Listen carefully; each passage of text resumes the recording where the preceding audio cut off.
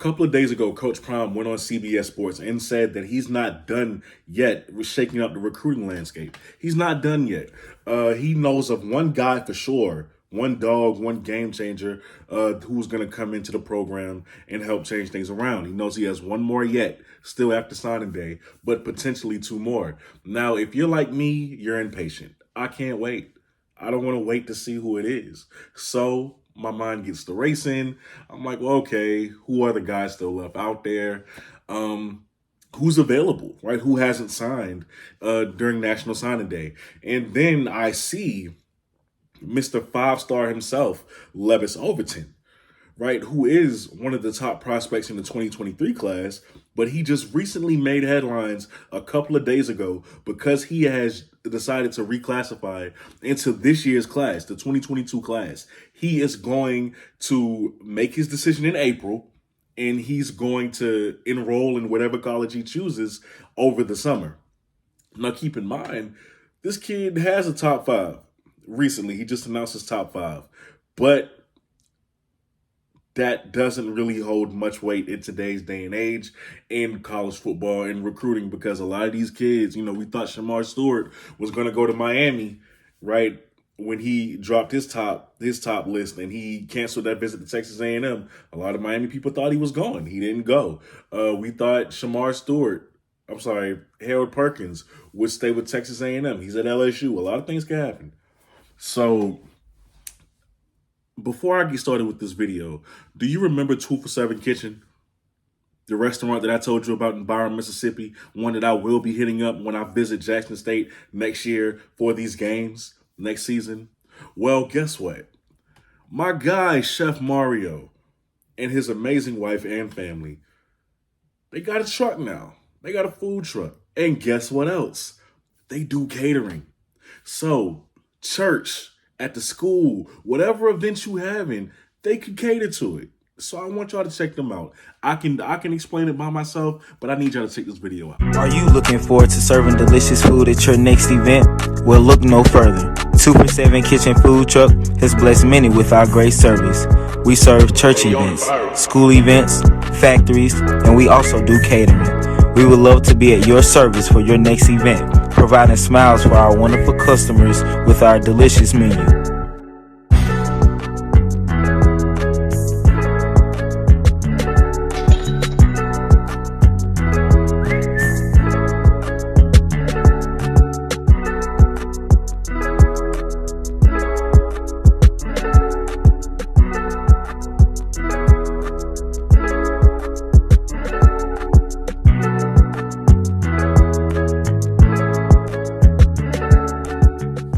So please make sure y'all hit up my people down there in Byron. All right, Chef Mario, tell them CFL sent you. Trust me, that's the first place I'm hitting up when I touch down in Mississippi this fall. Now, guys, quick thing.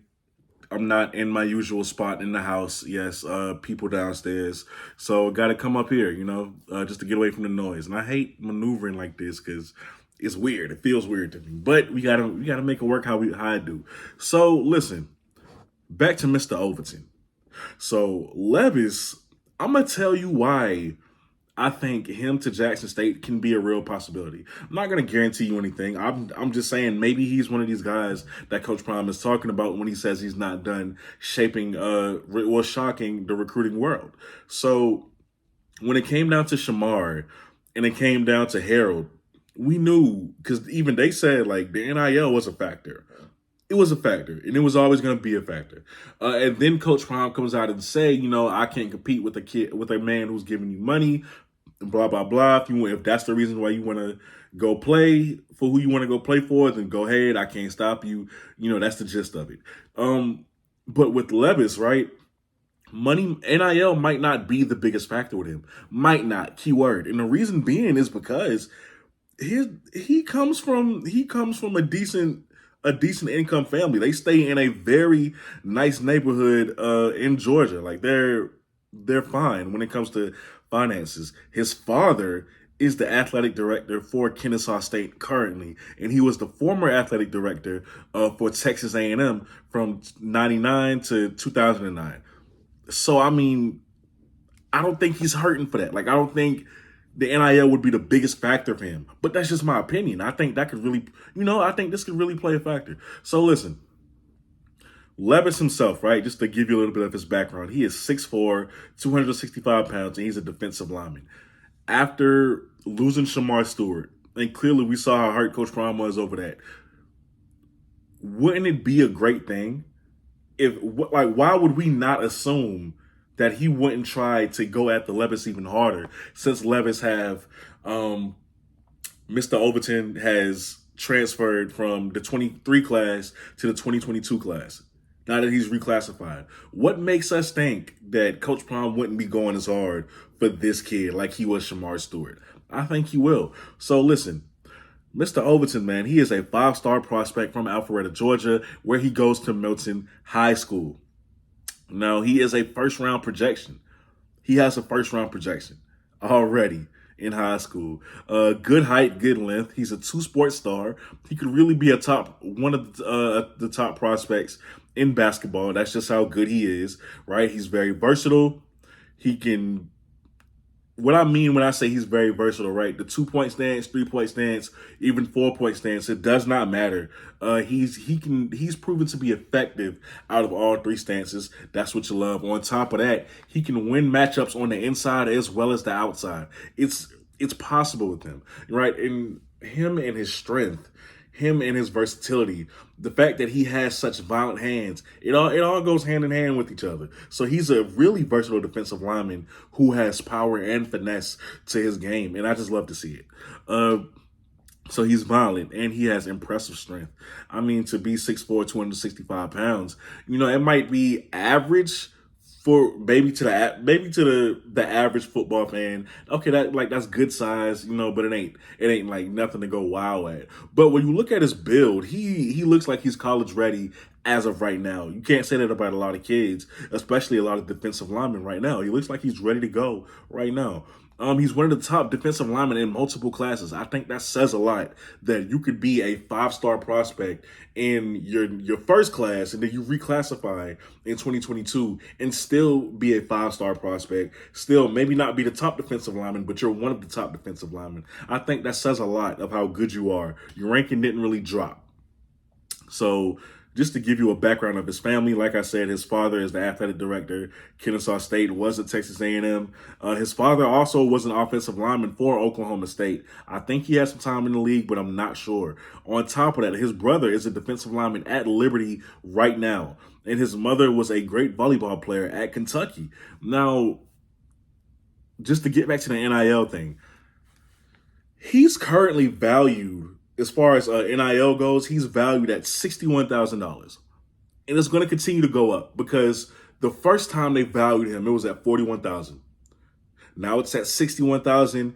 And now, by the time he steps on campus, it might go up again.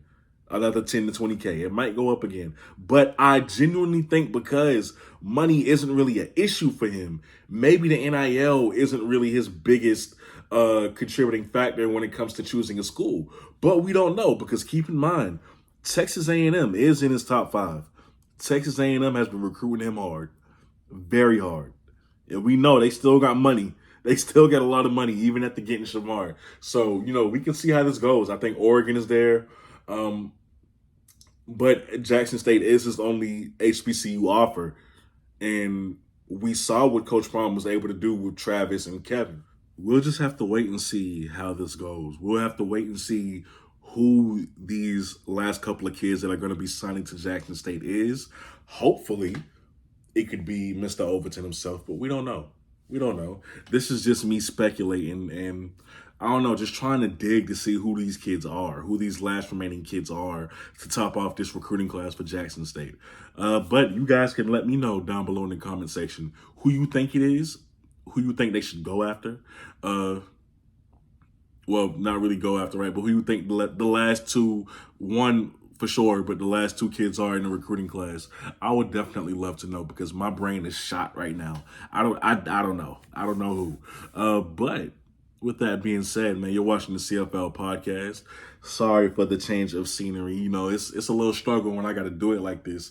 But, I'll be fine for next time. But, when family's over, it's a whole thing. So, I just got to changed last minute. But with that being said, man, you watching the CFL podcast. I go by the name of Kobe, and I'm out. Peace.